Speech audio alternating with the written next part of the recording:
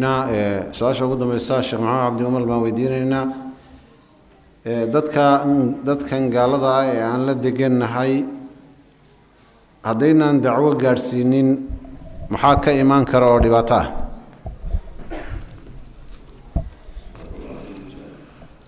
bismillah dacwada faafinteeda iyo in dadka la gaarsiiyo gaalada tawxiidka la gaarsiiyo muslimiintana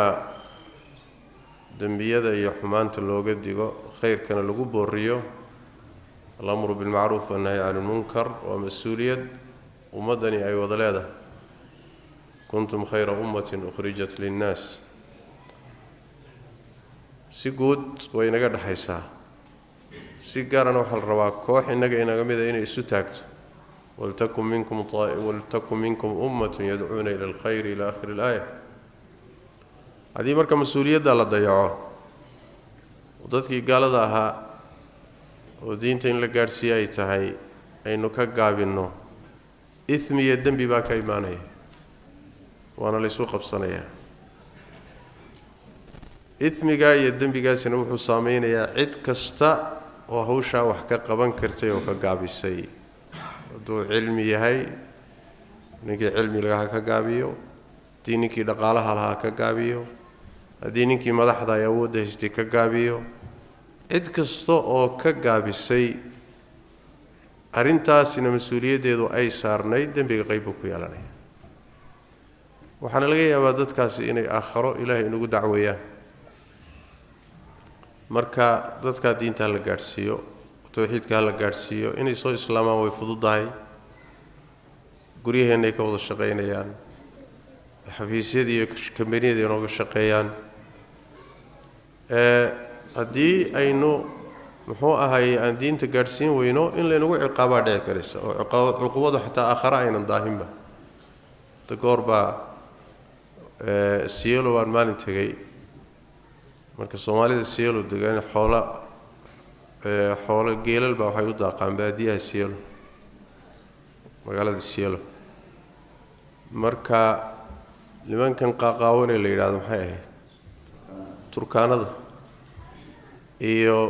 kuwa noocaas oo kale intay isu bahaystaan bay geela ka dhacaan oo laayaan nin odaya markay iga taariikhiyo wuxuu igu yiri Soomaalidan geela laga dhacayo turkaanadu leynayso cuquubadii turkaanada haysa buuri sababtu wuxuu yiri Soomaalidu ganacsatay ahayd siyeelow waxa looga talin jiray noodistan Soomaaliya waagii hore yani cadaanka waagii gumeystii cadaanka ah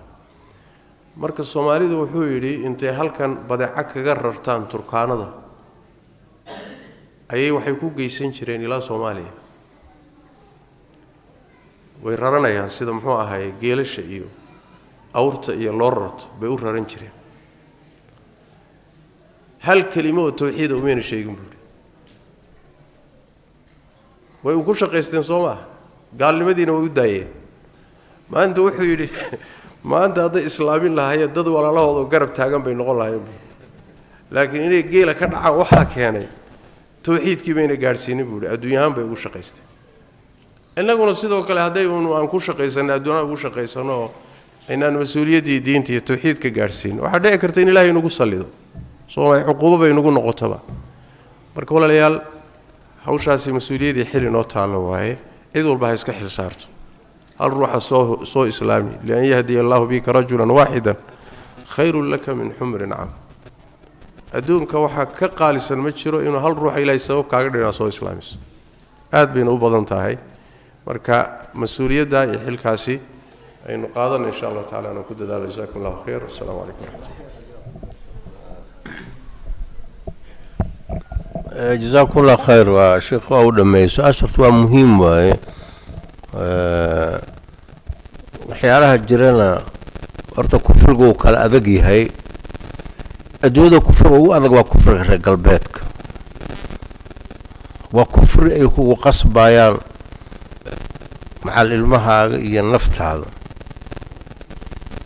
كان هذا كان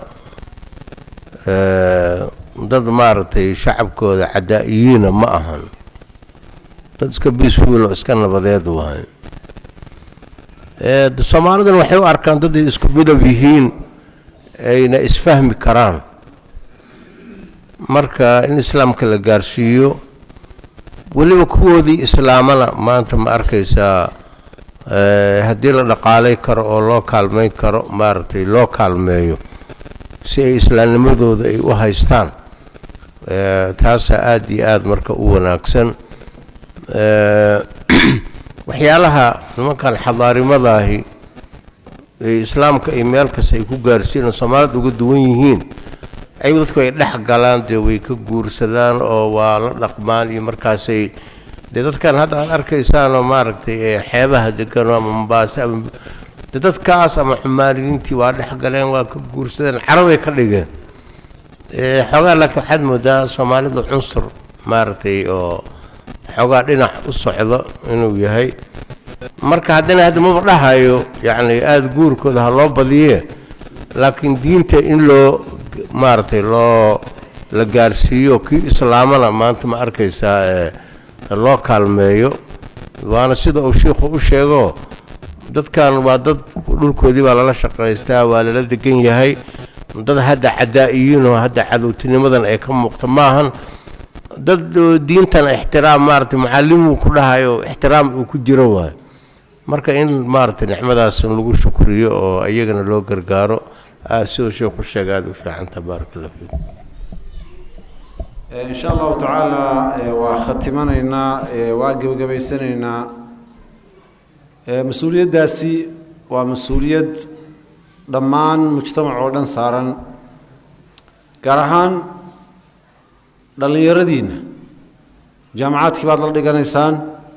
سكول دي بار لدي جنيسان حفيزية دي بار لتشوكتان كمية دي بار كلا شقينيسان qofku marka uu luqo ahaan ay is afgaranayaan dadka laba waliba inta ay isku luqada tahay ummadda kale way isaga dhow yihiin marka dowrka idinku qaata dhalinyar ahaan ardayda jaamacadaha idin la dhigata gaarsiiya kuwa iskuulada idin la dhigta dacwada gaarsiiya kuwa kimmaniyada ka wada shaqeysaan gaarsiiya ilaahi waxaan weydiisanaynaa subhanahu wa ta'ala tawfiiqdeena waafajiyo allahumma aati nufusana taqwaha وزكها أنت خير من زكاها أنت وليها ومولاها اللهم إنا نسألك إيمانا كاملا ويقينا صادقا وقلبا خاشعا ولسانا ذاكرا ورزقا طيبا وعملا متقبلا وعلما نافعا وجزاكم الله خيرا ما نقول السنة وديني وقدم بيسي إن شاء الله تعالى خيرك يوناك هالو ترتمو سيدا ندواتك إيو محاضراتك قادسوا حاضرتنا دروس علمك iyo hadii ilaahay ku runay khayrka dhamaanaha laga wada faa'iideysto wajazaakum Allahu khayran